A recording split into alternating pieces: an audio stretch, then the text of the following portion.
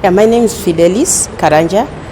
I'm from Young African Women Initiative, a women rights organization that is based in Nakuru. And the reason why women don't participate or go for public participation, one is because of timing. The timing or the times that are allocated for public participation, sometimes it's very early in the morning or very late in the evening. And so because of their schedules and the normal agenda laws that they have in the community and at home, they are not able to attend. Number two, they are not organized. You find that most of the people who attend these public participation, the people who are calling for public participation, they organize their own groups. And unfortunately, women do not have people who organize them to have a common voice, to push their agendas. And so most of the time they are left out.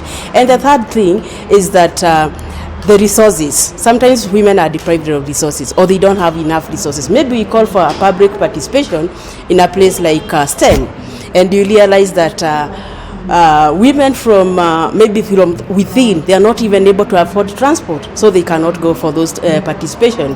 And then sometimes even when they go, their voices are never heard.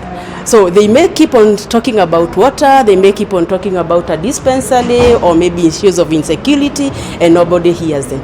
And sometimes this public participation, sometimes there is a lot of insecurity, sometimes there is conflict or confrontation, and so they are afraid to participate. My name is Masim Kenny, and I'm coordinating a project called Advancing Equality Through Human Rights Education by Women's Empowerment Link in partnership with Equitas. And the project basically focuses on enhancing the participation of women in decision-making spaces.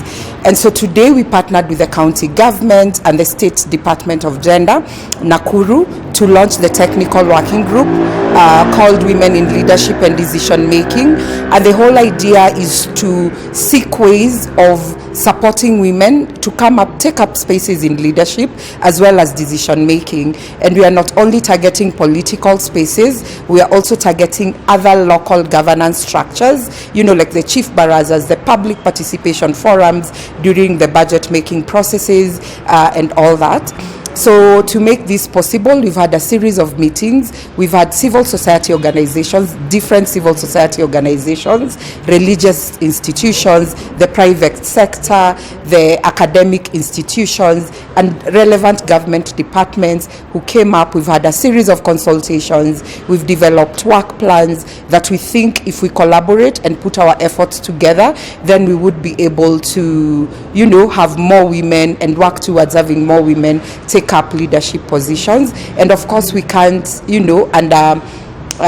can't overstress the importance of having women participating in decision making, and especially during this period where we are celebrating the 16 days of activism against gender-based violence. And so the big question is, what is the link?